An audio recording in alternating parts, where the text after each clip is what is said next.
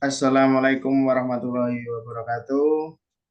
Perkenalkan kami dari kelompok Waalaikumsalam satu warahmatullahi ingin wabarakatuh. mempresentasikan tentang testing dan implementasi sistem.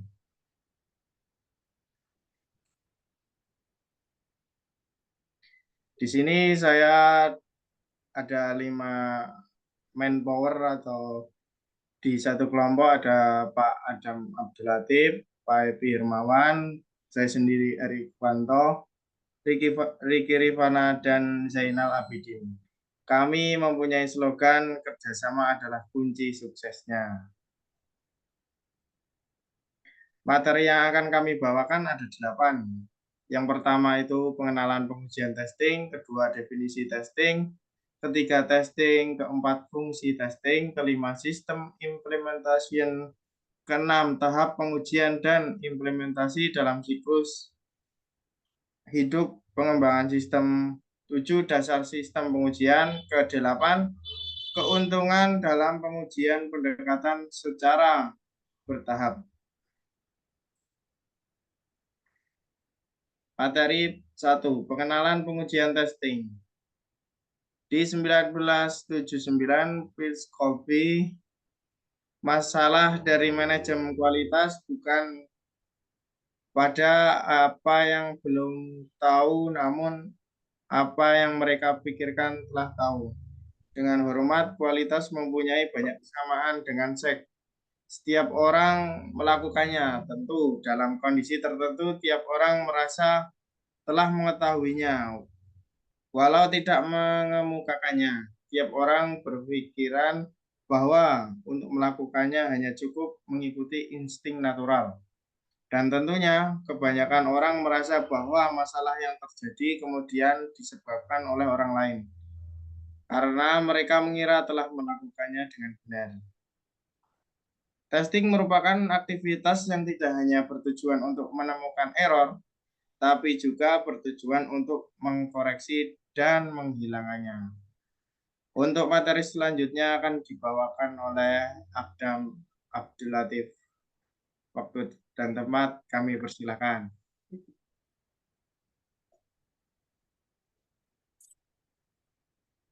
Baik, untuk definisi testing, di sini ada beberapa definisi tentang testing. Ada 4 dari menurut para ahli. Beberapa definisi testing tentang testing yaitu menurut Hazel 1973, testing adalah proses pemantapan atau kepercayaan akan kinerja program atau sistem sebagaimana yang diharapkan. Di sini ada menurut Myers 1979, testing adalah proses eksekusi program atau sistem secara intens atau terus-menerus untuk menemukan error. Jadi testing di sini bisa kita garis bawahi, yaitu testing di sini untuk menguji suatu sistem atau software yang telah dibuat untuk menemukan bug atau error atau tampilan-tampilan eh,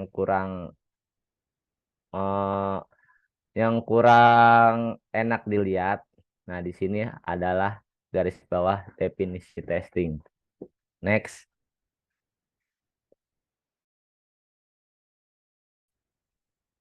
Next.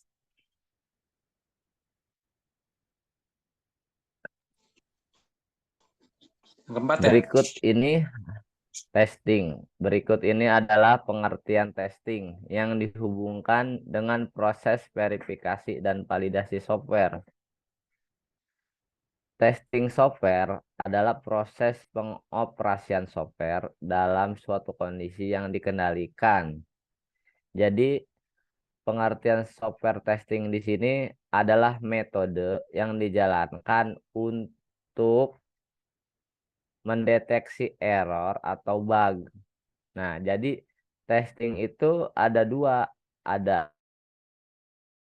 ada automatic testing. Di sini verifikasi Validasi apakah spesifikasi yang telah ditetapkan sudah memenuhi keinginan atau kebutuhan dari pengguna yang sebenarnya. Nah, tujuan testing itu untuk memeriksa apakah sudah sesuai dengan spesifikasi yang telah ditetapkan suatu perusahaan atau pribadi. Kalau misalkan belum, ya itu dibetulin. Nah, di sini verifikasi adalah pengecekan atau pengetesan entitas-entitas termasuk software untuk pemenuhan dan konsistensi dengan melakukan evaluasi hasil terhadap kebutuhan yang telah ditetapkan. Validasi di sini untuk melihat kebenaran sistem, apakah proses yang ditulis dalam spesifikasi adalah apa yang sebenarnya diinginkan atau dibutuhkan oleh pengguna. Untuk materi berikutnya akan disampaikan oleh Pak Epi dengan tempat dan waktunya saya persilakan. Ya, terima kasih. Berikutnya untuk fungsi testing, beberapa pandangan praktisi tentang testing adalah sebagai berikut. Nomor satu, melakukan cek pada program terhadap spesifikasi. Dua, menemukan bug pada program. Yang ketiga, menentukan penerimaan dari pengguna. Yang keempat, memastikan suatu sistem siap digunakan. Yang kelima, meningkatkan kepercayaan terhadap kinerja program.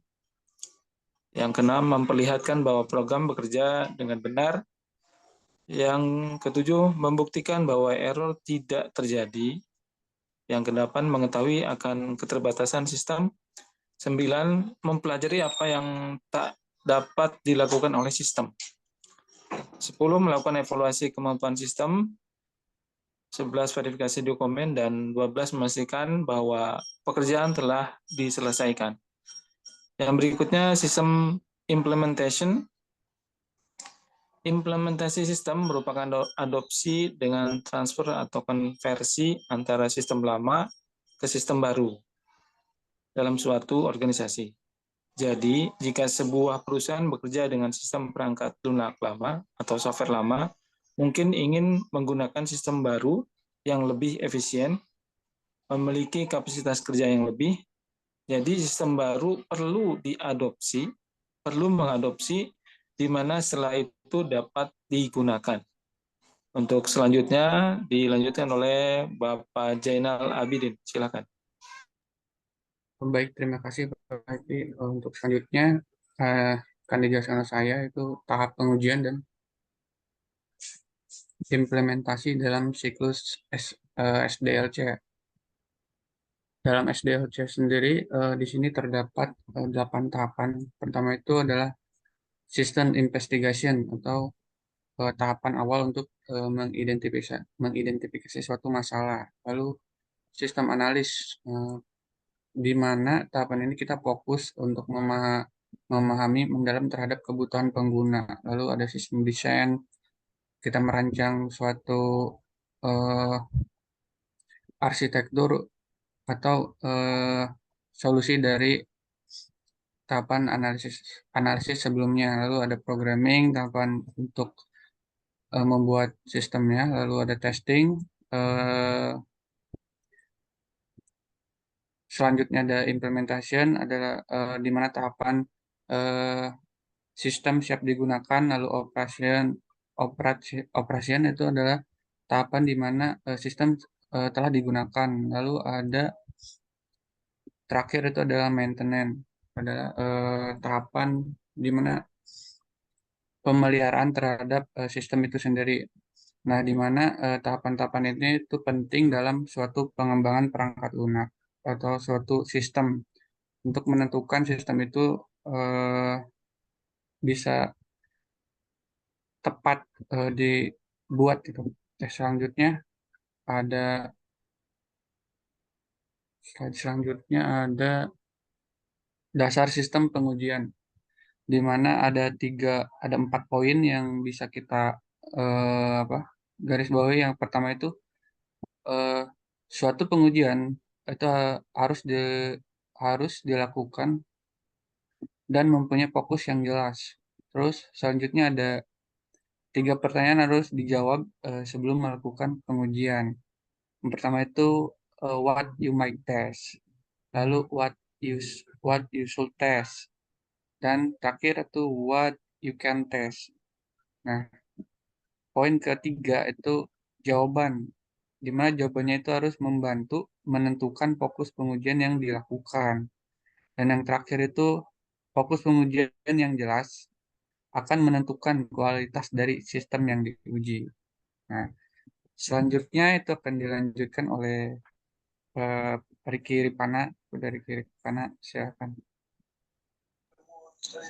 Baik, terima kasih kepada Bapak Jenal. Di sini saya akan melanjutkan yang tadi dijelaskan.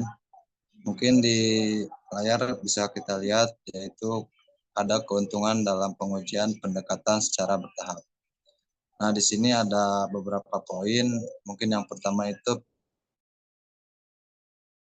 dapat membangun stabilitas produk. Dan yang kedua, pengujian struktural yang menggunakan scaffolding. Dan yang ketiga itu dapat mendeteksi bug lebih awal dan lebih efisien. Untuk selanjutnya dapat mengumpulkan metrik yang lebih baik dan menggunakan teknik praktek terbaik dalam upaya pengujian yang kita lakukan. Dan mungkin yang terakhir itu memberikan hasil yang nyata dalam psikologis dan memberikan hasil yang matang dalam pengujian suatu sistem proyek. Mungkin sekian dari saya. Untuk lebih lanjutnya saya serahkan ke moderator. Terima kasih semuanya teman-teman atas kerjasamanya. Mungkin itu yang bisa kami sampaikan. Semoga ilmu ini tidak hanya menjadi pengetahuan kita semua, melainkan untuk ibadah kita semua. Billahi taufiq wal hidayah. Wassalamualaikum warahmatullahi wabarakatuh.